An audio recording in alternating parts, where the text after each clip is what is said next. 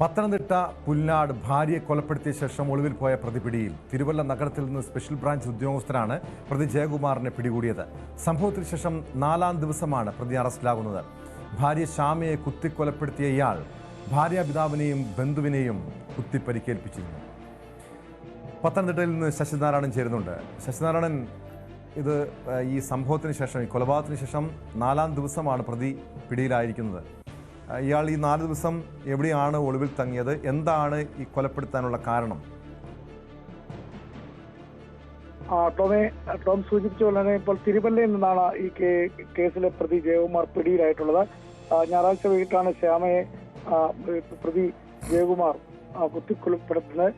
സംശയരോഗത്തിന്, അതായത് ഭാര്യയുള്ള സംശയമാണ് ഈ കൊലപ്പെടുത്താനുള്ള കാരണം. തടസ്സം പിടിക്കാനെത്തിയ ശ്യാമയുടെ പിതാവ് ശശി, ഒപ്പം ശശിയുടെ സഹോദരി രാധാമണി എന്നിവരെയും ഇയാൾ കുത്തി പരിക്കേൽപ്പിച്ചിരുന്നു. അതിനുശേഷം അന്ന് രാത്രി തന്നെ ഇയാൾ സംഭവ സ്ഥലത്ത് നിന്ന് രക്ഷപ്പെടുകയുണ്ടായത്. പോലീസ് വലിയ രീതിയിലുള്ള തിരച്ചിൽ, കോയിപ്പുറം പോലീസ് വലിയ രീതിയിലുള്ള തിരച്ചിൽ ഇത് സംബന്ധിച്ച് നടത്തി വരികയായിരുന്നു.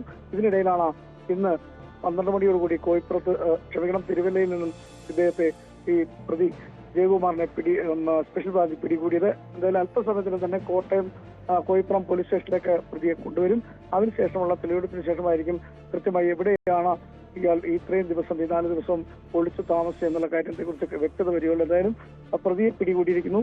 പ്രധാനമായും ഈ 4 ദിവസത്തിന് മുമ്പ് ഞായറാഴ്ച വൈകിട്ടാണ് ഈ പ്രതി ശ്യാമയെ കുത്തിക്കൊലപ്പെടുന്നത്. ആ കുത്തിക്കൊലപ്പെടുന്നത് തന്നെ വലിയ സംശയം, ഭാര്യയുള്ള സംശയമുണ്ടായിരുന്നു.